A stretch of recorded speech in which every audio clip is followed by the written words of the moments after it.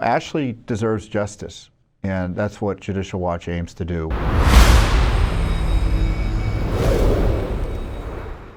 If you haven't been following this story, you should be. It's our lawsuit against the federal government on behalf of Ashli Babbitt's estate and her family, her widower Aaron Babbitt, who was her husband at the time she was killed at the U.S. Capitol. We have a $30 million wrongful death lawsuit that we filed against the federal government. And through our litigation, through the actual lawsuit and our separate lawsuits under FOIA to get access to information about how Ashli, a 14-year veteran of the Air Force, was killed that day in a way that was outrageous and unnecessary. That's hence the wrongful death lawsuit. We've exposed pretty much everything there is to know about what happened that day, specifically the murder or the killing of Ashli Babbitt. She was the only official homicide that day, the only official homicide victim. I know other Americans died that day, but she was officially labeled a homicide by government officials. And Michael Byrd, her shooter, as we've exposed, was given special protection, never prosecuted, frankly never seriously investigated, and then he was actually able to stay at a military facility for 6 months at courtesy of you, the American taxpayer. And we've demanded justice for Ashli through this litigation and spent thousands of hours investigating the case, not only separately just in the public interest, but also on behalf of her family once we began the representation.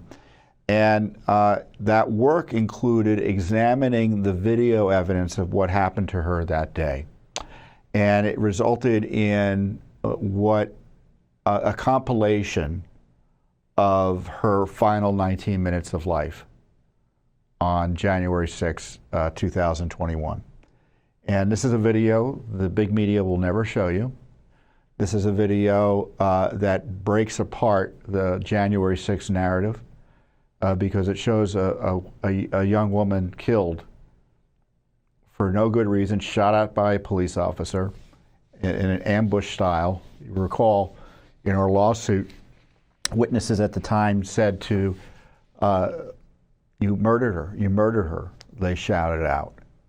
And so I'm going to play for you the final 19 minutes of Ashli's life. And let me just say before it runs, it can be quite graphic, so be warned, but it's important to her memory and to the public interest that we have an historical accounting of what happened that day, because you won't get it from the media, but here you're going to get it right now from Judicial Watch.